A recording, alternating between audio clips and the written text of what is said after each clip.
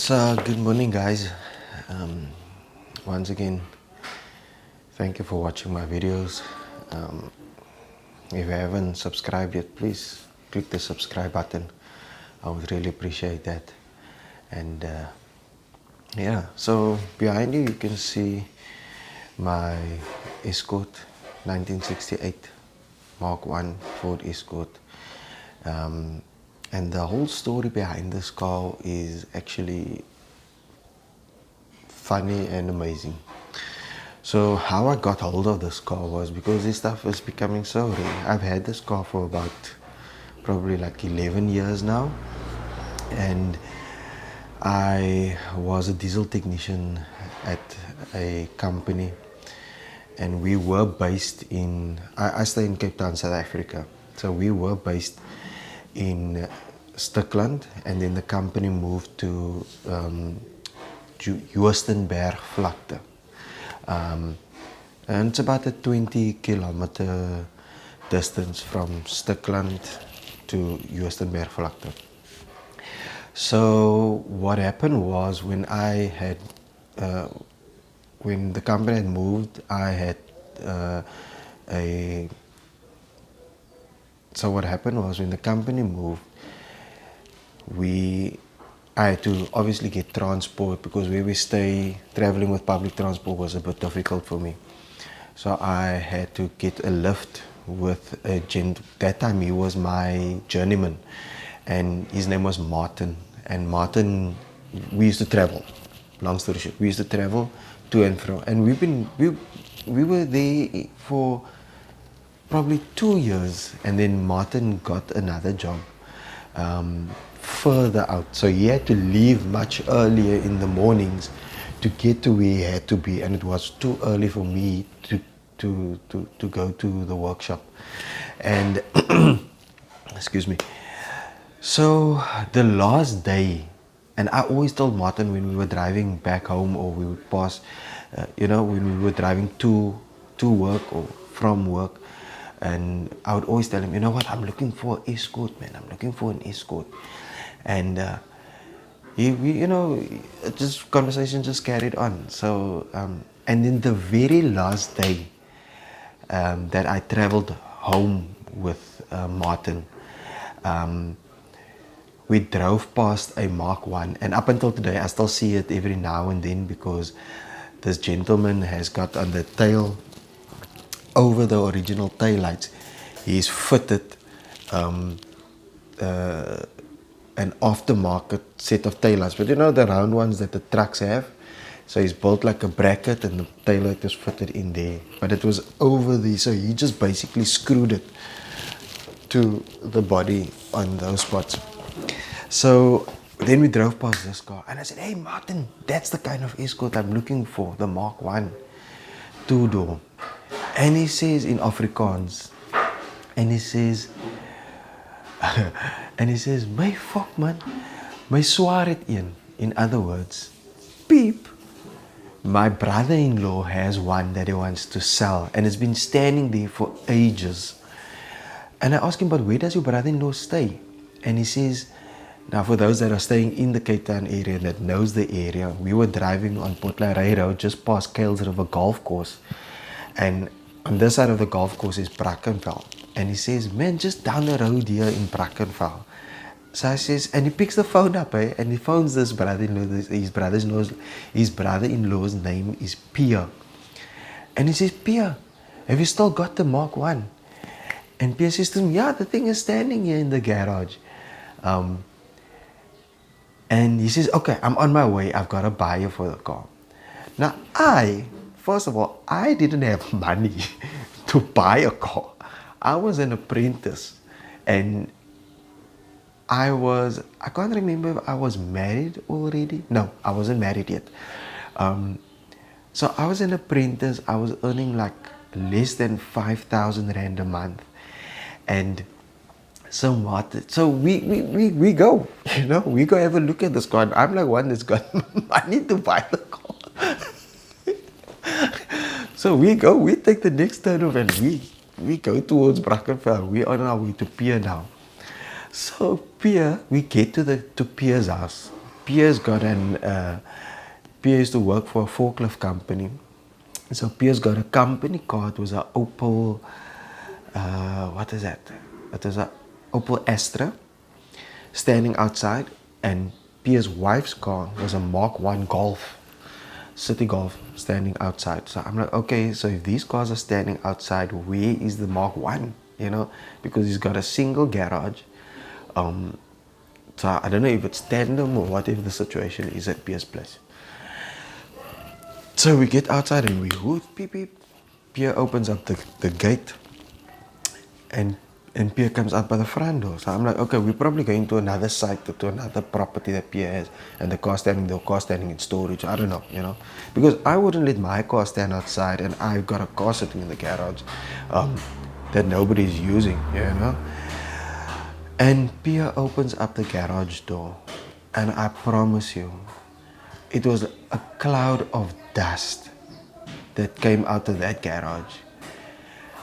And he opens up the door, and it's just this cloud of dust coming out of the garage. And I'm like, okay, I'm in for it, you know. This is not something that's going to need a lot of work.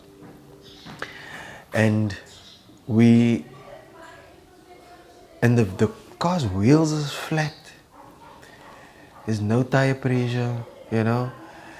And the driver's side window is open, and Pierre scooches up between the car, because on the left-hand side of the car,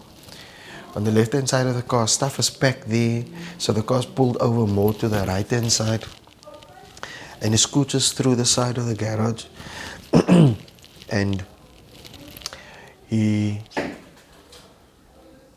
puts his hand through the window, and he cranks the car.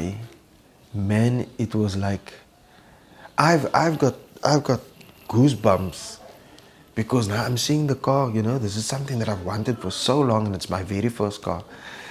And I've got goosebumps, you know, just seeing the rear of the car, because now everything looks good, you know.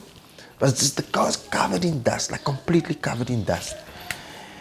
And I'm like, Pierre, how long has the car been standing? He says, no, the car's been standing like for, I think it was for like 8 years the car's been standing in this garage.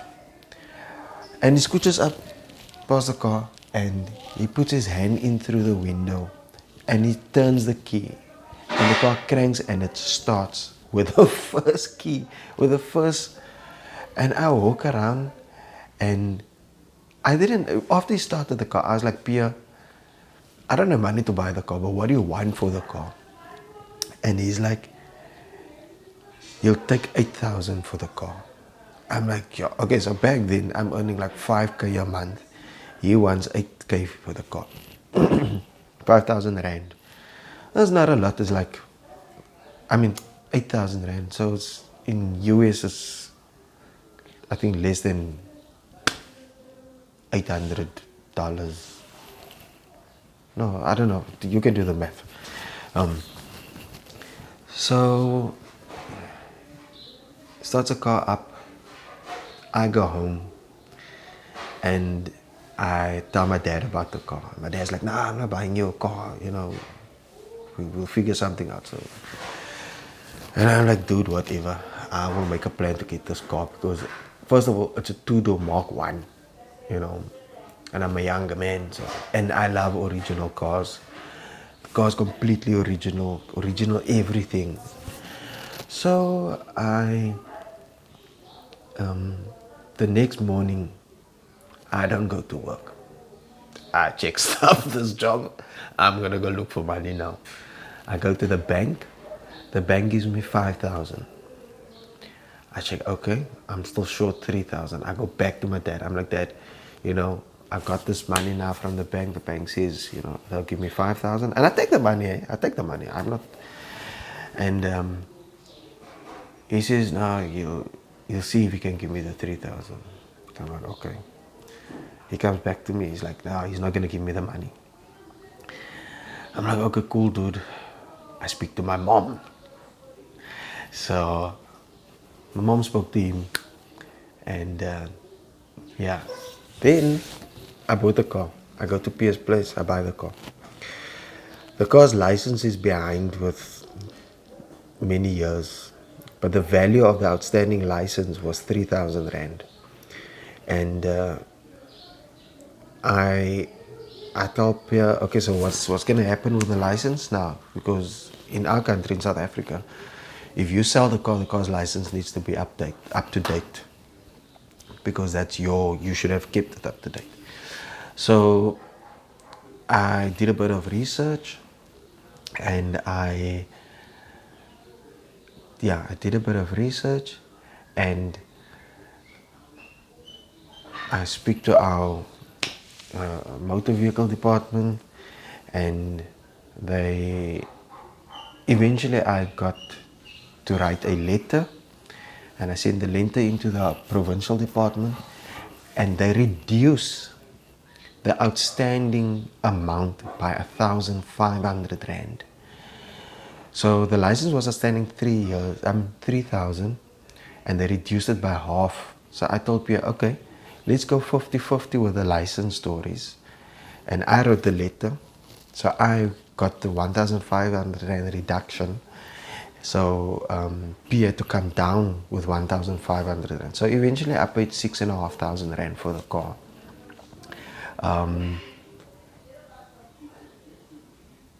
Yeah, paid 6,500 for the car, and yes, got the car's papers sorted and everything. So I bought the car, and I think that was the Wednesday evening I fetched the car from Pia. The Monday I saw the car, the Wednesday I bought the car. The Thursday I stay home again. I phoned my workshop foreman, and I'm like, dude, I'm not gonna make it to work. And so I took the car. I cleaned the car the Wednesday evening when I got home. I drove the car with flat wheels to the closest gas station, and I drove the car home.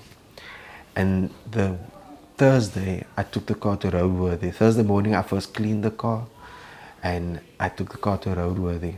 Now I must know, this car is spotless. Oh my gosh, this car is good, man, you know.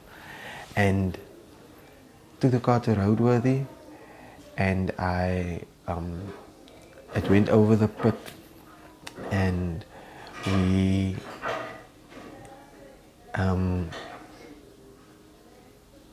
so I took the car to roadworthy.